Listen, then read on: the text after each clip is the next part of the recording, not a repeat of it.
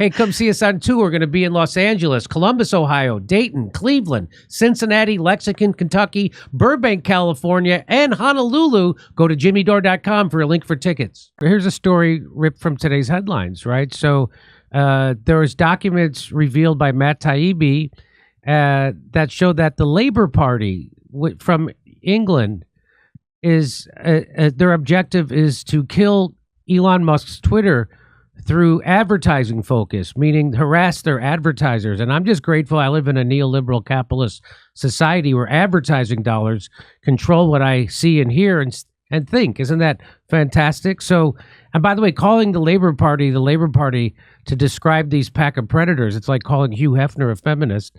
But there's more to this. Here's Internal Center for Countering Digital Hate document shows their annual objective is to kill Musk's Twitter. This is the internal monthly planner. Their goal is to also trigger regulatory action, although they are a tax-exempt nonprofit. So there's a little bit more. They held a private conference with a slew of liberal groups organizing against Musk, including Biden's White House, Congressman Adam Schiff's office, the Biden-Harris State Department officials, Canadian MP Peter Julian, and Media Matters for America. This is what's... and they're calling it Twitter. I think they're misgendering it. It's X. Center for Countering Digital Hate gets a lot of money from Hollywood. The staff say that one of their donors is singer Selena Gomez, a client of Aline Kashian. Wow. So it's kind of unbelievable. Also, we all remember the YouTube's adpocalypse and the modern journalistic format. So what they did was they scared the advertisers away from free speech shows like mine on YouTube, right? Who did? Their competitors, the New York Times, the people who want to squelch speech.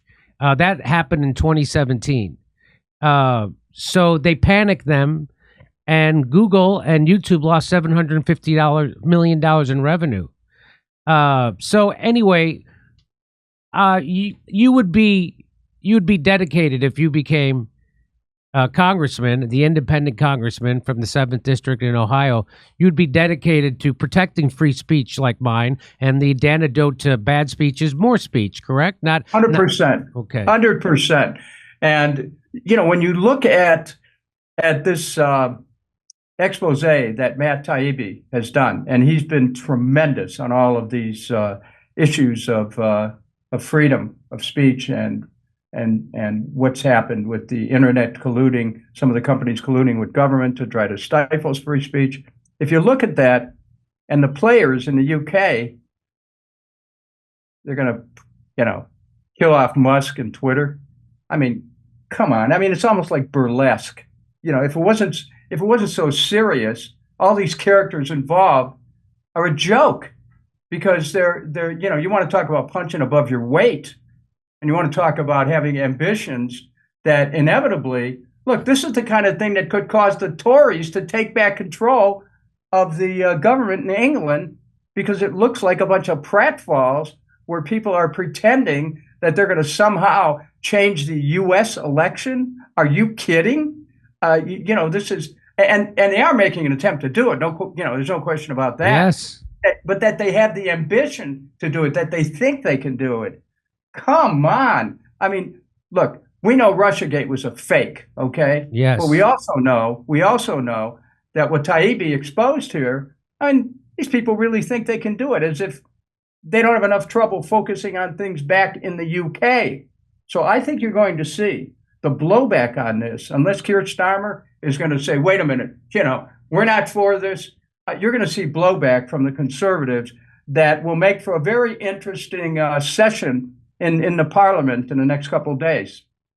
So, when they use the term hate speech, it turns out what these guys just hate speech.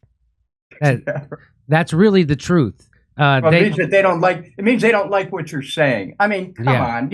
When you start putting a smear on anybody you agree with, that's why the First Amendment is there, to protect us. That's why it's the most important amendment of all, because it allows us to talk about what's going on in our government that we don't like. And there is plenty to talk about right now. And that's why we have to protect that. And you know, it is odd though that this would come out of the UK because so many of our laws evolved from English law. So hey, you know, all I would say to that group out there is good luck, because you're going to need it, because the Tories are going to come after you, and if Trump gets elected, he's going to come after you.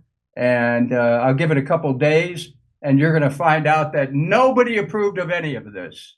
That this is all the idea of one person in a back room at that organization. I mean, again, thanks to Matt Taibbi for unearthing it.